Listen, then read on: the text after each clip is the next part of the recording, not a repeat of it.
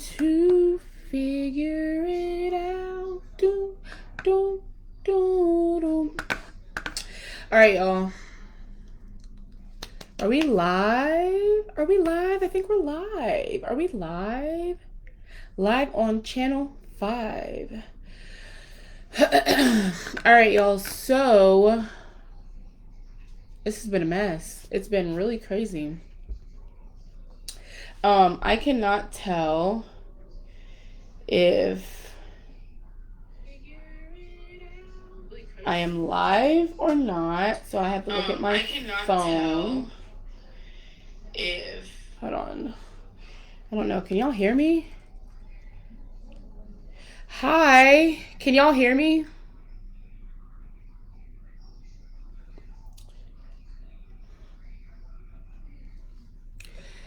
I don't know if I'm being heard. You can hear me. Great. Okay, awesome. All right, so I have really been trying to get this together, y'all. Miss Dornette, I did receive your email today, by the way. So I will email you back. I'm looking through that and stuff. Okay, so tonight we are going to be discussing the Hart family. And I know that this is a case that a lot of podcasters have covered, a lot of YouTubers. It is a very popular case, and I think it's because there's so many elements to it. I just thought that it would be an interesting and intriguing case to just kind of sit back and talk about tonight, like on a live. So I had initially tried my hardest. Yes, I have heard of Alexis Ware. I have covered her case and recently posted a picture of her as well, praying so hard for her and her family. I had tried to do this whole streaming software thing so that you guys could see the pictures and like everything would be like legit, but it didn't work. So y'all just gonna have to use your imaginations, use your Google, so that you guys can see exactly who I'm talking about. So this is just like a chill kind of deal. It's not anything like super like reporting live, type deal. So I will try to read the comments, but I don't want to get too distracted and then this ends up being like 2 hours long. So yeah. So tonight we are going to talk about the Hart family. So the Hart family consists of 8 people. It was the 2 mothers, which is Sarah and Jennifer, and then the 6 children, Sierra, Abigail, Jeremiah, Devontae, Hannah, and Marcus. So in 2014, there was a protest going on in Portland, Oregon, and it was because a grand jury in Missouri had decided that they were not going to indict the officer who shot and killed 18-year-old Michael Brown. And so during this protest, the Hart family was in attendance. Now, 12-year-old Devontae Hart was holding a sign that said free hugs. And Sergeant Brett had asked him if he could have a hug, and they embraced. A photographer did take this photo and ultimately sold it to an Oregon newspaper. The following day, it was posted and it did go viral. So in this photo, which a lot of people have seen, it shows the sergeant and Devontae embracing. Devontae is crying. The sergeant would go on to say that he had asked Devontae why he was crying, and Devontae said that he was just really moved and sad about everything that was happening nationally. So let's go to the beginning. So who are Sarah and Jennifer? So both Sarah and Jennifer were born in 1979, and they are both from South Dakota. They actually grew up not too far from each other, but they did not know each other. Sarah had 3 siblings, and Jennifer had 2. Both of them were the eldest of their siblings. They ended up meeting in college in South Dakota, where they both majored in elementary education. So when Sarah ended up graduating in 2002, Jennifer did drop out of school. So initially, their relationship was very secretive. Sarah came from a really reserved family, and Jennifer said that her father did not accept her sexuality, even though he has, in later interviews, said that it was never an issue. So initially, they did say that family and friends did not accept them, so they would just tell them that they were roommates or that they were best friends. And they both said that they had lost a lot of friends when they came out and was public with their lesbian relationship. So they ended up moving to Alexandria, Minnesota, and began working in retail. Around this time, Sarah also changed her last name to Hart, although they were not legally married yet. So now we are in 2004, and they were foster parents, and they take in a 15-year-old that we only know as Lee. So in an interview, Lee said that the first 6 months was fine, that she was doing things that she had never done before, like camping and fishing, and she thought that she had really lucked out in this type of home, being 15, and not in all cases, but a lot of people are not taking in 15-year-olds. A lot of people are not adopting 15-year-olds, and a lot of times they end up actually aging out of the system as opposed to finding, a forever family. So, she was happy. They had asked her if she wanted to stay with them until she was 18 years old. She had agreed, and so Lee thought that everything was fine. So as time went on, Sarah and Jennifer tell Lee that she is actually going to be a big sister. So they were in the process of adopting a set of siblings, 3 siblings from Texas. So they're telling Lee about this. They end up traveling to Texas to meet the set of 3 siblings, and when they returned, they showed pictures to Lee, and they were like beyond excited. Like everybody was excited about the whole situation. Keep it.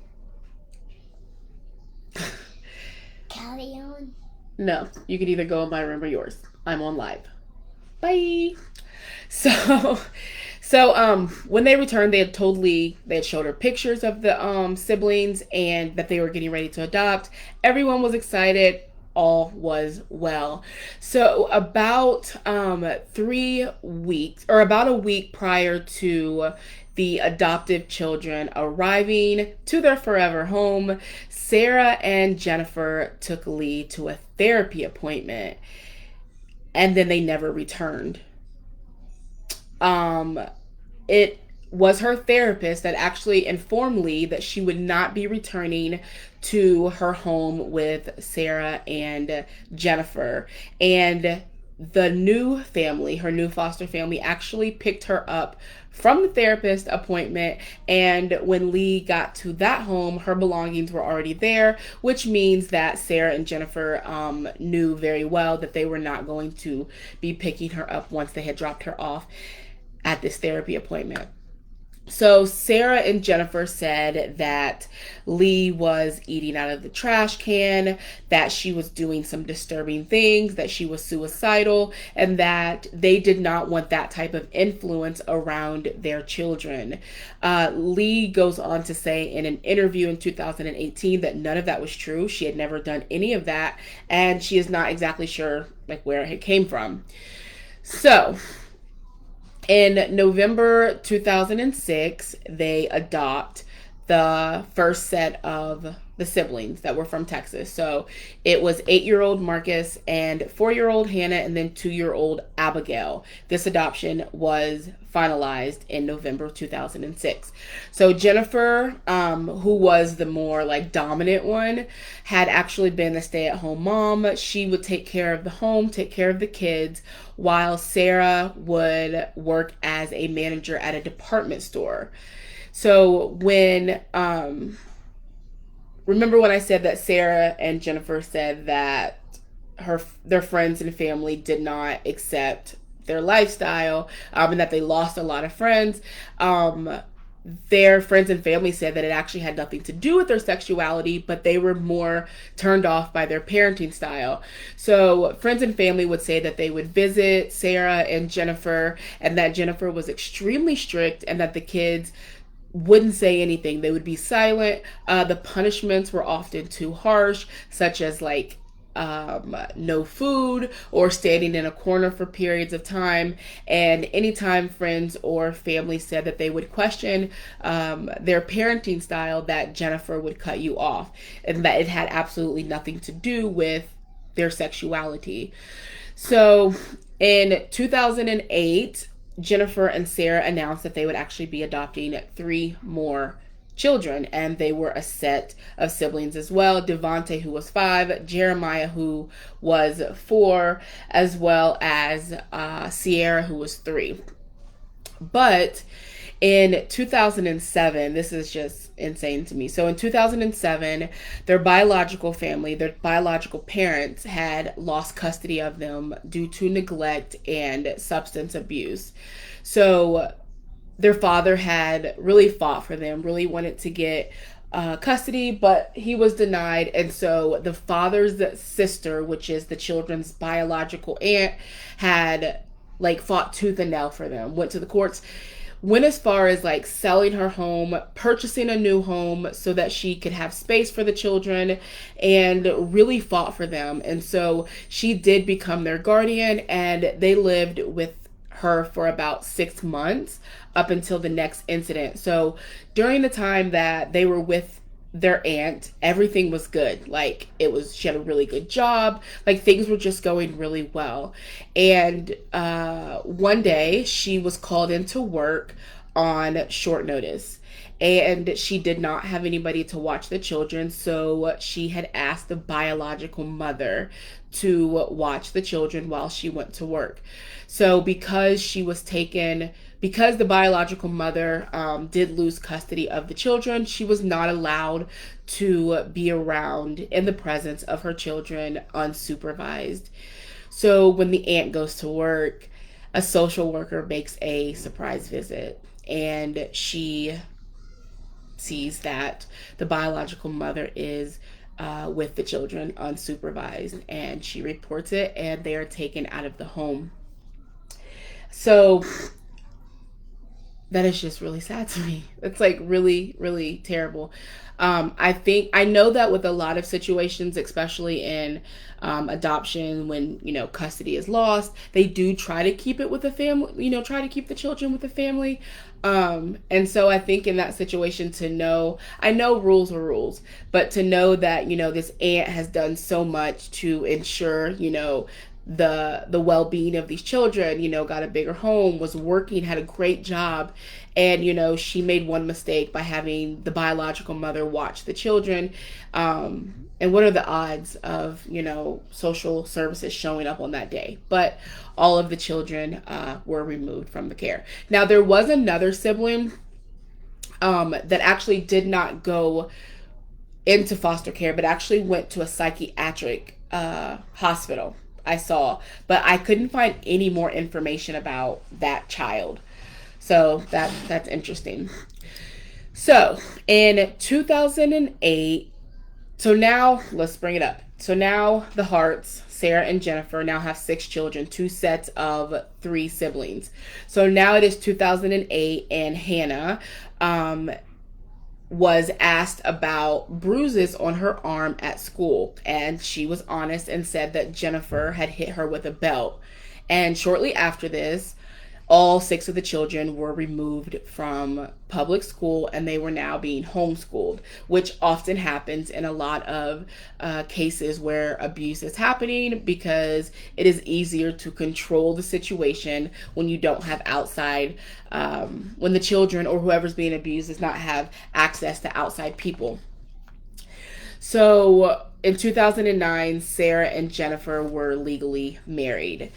So by 2010, Abigail, one of the children, who is now 6 at this time, had told her teacher that she had owies on her stomach and also on her back, and said that Jennifer and Sarah had found a penny, like a penny, in her possession, and thought that she had stole it, and so they ended up holding her head underwater while hitting her as a punishment. So the authorities did interview the other Hart children as well, who told police, like, yes, we're being abused. Yes, we are being spanked. Yes, they are withholding food as a punishment. And Sarah pled guilty to assault and was given 1 year probation, y'all. Like, 1 year of probation after being told, like authorities being told by these children, and these children are not just like 2 years old. Like, these children are like 6, 8, 12, 14. These kids are old enough to know and, to say what's going on. So Sarah pleads guilty to assault and she's given 1 year probation. So, and of course, the kids remained in their custody. So I just think it's interesting that they were so quick to take them from their aunt, who provided them, a loving, safe space. But it's taken a lot for them, to remove them from Sarah and Jennifer's home. So in 2011, they try again, and they actually remove the kids from public school again because one of the kids, Hannah, told her school nurse that she had not eaten all day. So after Sarah completes her pissy 1 month probation, or 1 year probation, then the family ends up moving to Oregon. So they moved to this like ranch style home where they had like chickens and all of that stuff on the property. And there, a neighbor had actually reported to CPS that the children looked malnourished. They looked like they were being neglected, and an investigation was opened. And the authorities would interview people that knew Sarah and Jennifer, which I thought was interesting, but okay. And these people said that their parenting style was very harsh and that the children were forced to do ridiculous things like raise their hands before speaking. They did also talk to the children, and the authorities had decided that there was not enough proof that Sarah or Jennifer had done anything wrong. So the children remained in their custody. So in 2014, that was the viral photo where you see Devontae embracing the sergeant. So after this photo had gone viral, people were reaching out to Sarah and Jennifer because they wanted to interview this amazing kid. They wanted to, put them on the news and, get his input and just hear about this kid that, behind this viral photo. And Jennifer had declined. She said that she wanted to protect his identity, his privacy, and we all know that's not true. We know it was because they wanted to be as hid as possible because they were abusing these children. So all of the interviews had been denied. And Sarah and Jennifer said that they actually had to leave the area because they were receiving death threats. However, authorities say that there was no evidence that anyone had ever sent them any death threats. So now it is 2017. Now it is 2017. Jennifer, Sarah, and the 6 children relocate to Woodland, Washington, which is about 30 minutes outside of Portland, Oregon. Sorry if y'all hear a dog. I don't know what's going on. The neighbors are tweaking. So at this home, there was quite a bit of land. I think about 2 acres.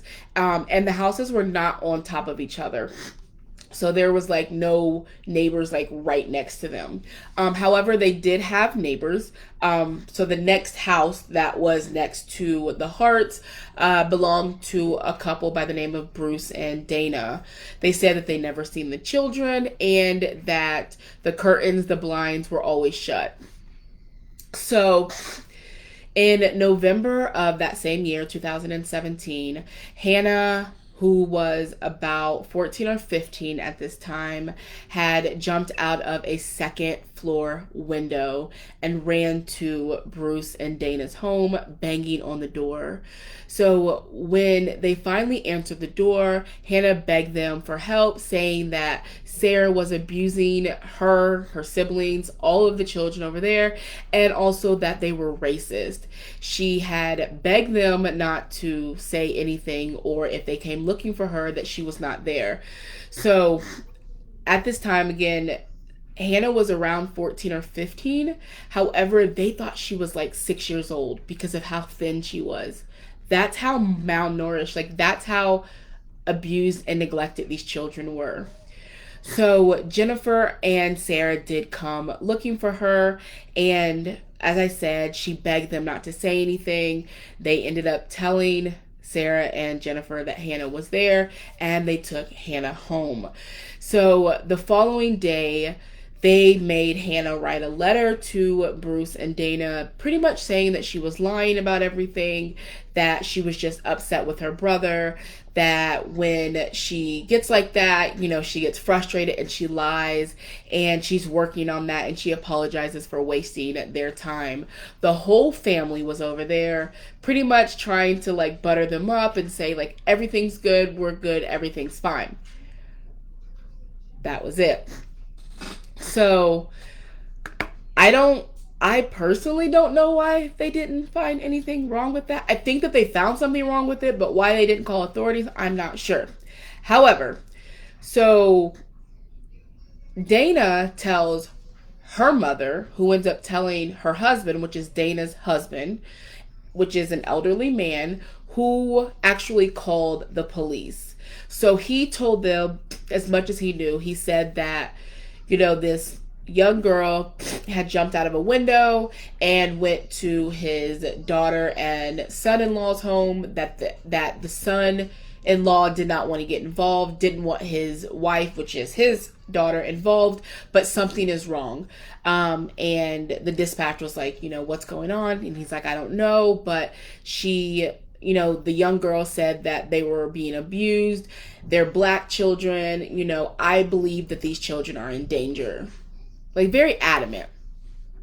So, again, authorities didn't find anything wrong. They stayed in their custody. And a few months later, Devontae, who was the subject of the viral photo, began showing up to Dana and Bruce's home in the middle of the night, asking them for food. And not only was he asking them, but they were giving him food. They were giving him fruits, peanut butter, oats, deli meat, things of that nature. He had actually brought them a list saying, hey, like almost like a wish list. Like, these are the things that I'm asking for. It wasn't like McDonald's. It wasn't candy. It was literally like just food to survive, and was asking like, can you put it, in this specific spot by the fence so that Sarah and Jennifer wouldn't find it. This went on multiple times, like 9 or 10 times, before Dana finally reported it to CPS. And I'm confused. Like, I know, in certain cultures, in certain areas, in certain upbringing, like, people are told, like, you don't snitch or you mind your business. But when you're talking about children, I feel like that is your business. You know what I'm saying? And, like, it's really interesting because I had always wondered if there was, like, if I know that they adopted 6, 3 of the children were biracial, 3 were black, but people of color. And I wondered if they were ever like racist or called them out of their name, or if there was any, like, if their race had anything to do with them being adopted, like if they intentionally adopted children of color. I always wondered that. So to hear Hannah say something like that, she or the children were probably being called out of their names. So once Dana reports this to CPS, they showed up to the Hart family home on March 23rd. Now this is now 2018. So November 2017 is when Hannah had jumped out the window. March 2018, okay, is when CPS showed up. So from November to March, or is that 4 months? That's a lot of abuse that can be happening. So March 23rd, 2018, CPS shows up to the Hart family. So they actually saw them pull in, like, to the garage. But when they knocked on the door, nobody answered the door, and they left, and then they tried to contact them March 24th, 25th, 26th, 27th, all of those days. And on the 25th, I believe, the neighbors, Dana and Bruce, had told authorities that their SUV was no longer in the driveway. So, exactly, Naomi. Like, completely preventative. They could have been taking these kids out of their care. So on Saturday, March 24th, around 3 a.m., Sarah had texted her employer stating that she was sick and that she wouldn't be coming in. And then after a few days of not showing up for work or not being able to get a hold of Sarah or Jennifer, a friend then calls in to do a welfare check on them. So Jennifer was seen inside of a store on surveillance purchasing bananas on the morning of March 25th, 2018. And on March 26th, the family's SUV was found at the bottom of a cliff in California. So once authorities had gotten to the SUV, the bodies of Sarah and Jennifer, who were both 38 years old at the time, were located inside of the SUV. The bodies of Marquise, who was 19, Abigail, who was 14, and Jeremiah, who was 14, was found near the crash site. 2 weeks later, the body of 12-year-old Sierra washed up on a beach just north of the cliff that they had went over. And then they did find a foot inside of a shoe, and they did DNA on it, and it came back belonging to Hannah, who was 16 years old at the time. So 15-year-old Devontae, who was behind the viral photo, his body has never been located. However, a judge did rule that he was in fact in the car at the time of the crash, and his death certificate was signed in April of 2019. So a lot of people, especially family, was just like, wow, this was an accident. This was crazy. I can't believe that this happened to this family. So toxicology reports actually showed that Jennifer was extremely intoxicated at the time of this murder-suicide.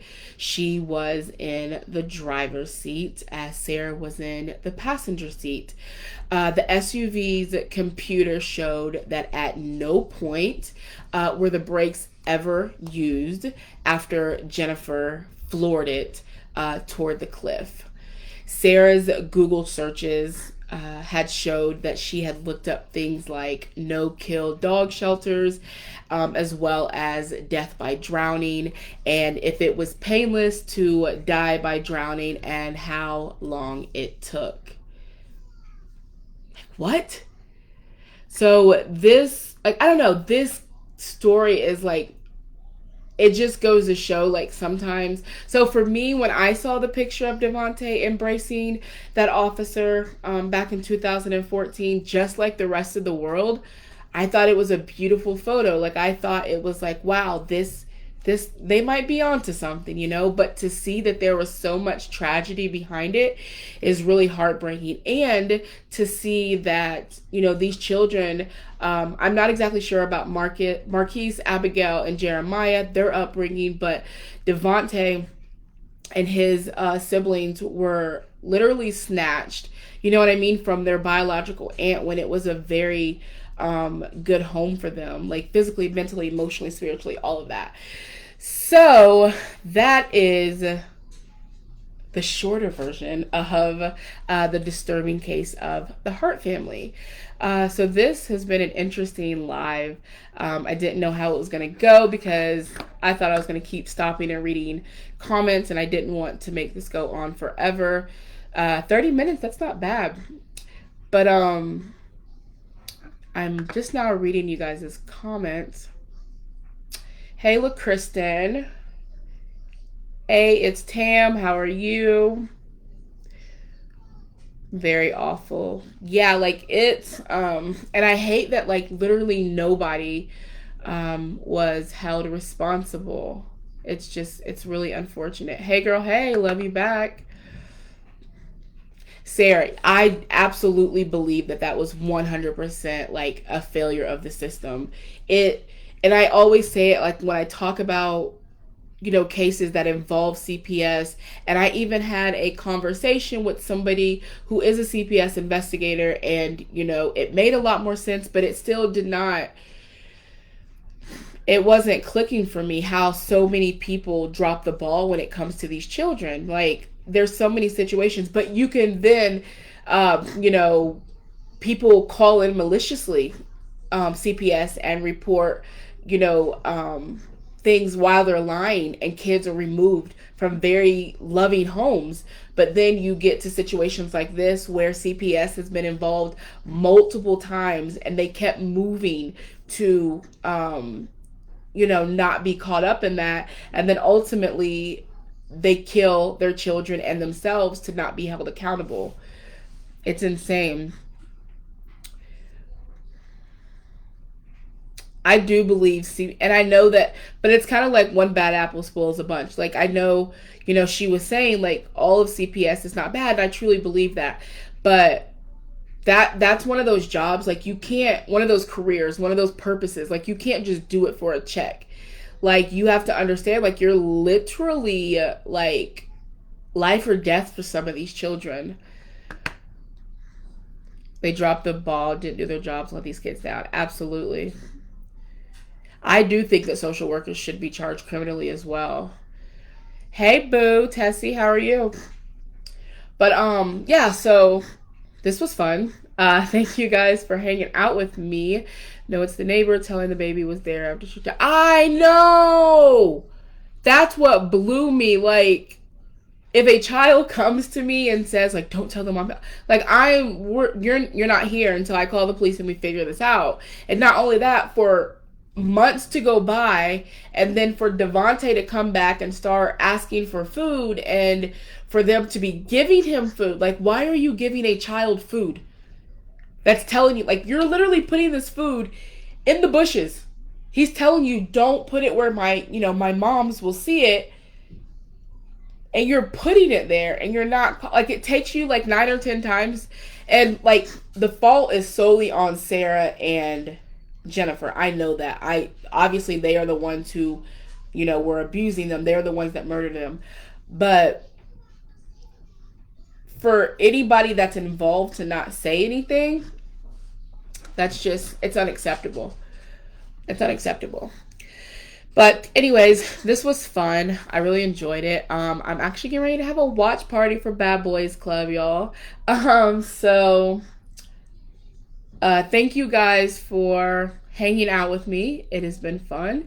And if you have a suggestion, or if you guys like these kind of live cases and that you guys want to do another one, put any suggestions in the comments, because I think I do want to do these maybe once a week. I don't know. We'll figure it out. But anyways, thank you guys so much for hanging out with me. I hope you guys have an amazing week, and I will talk to y'all later. Bye.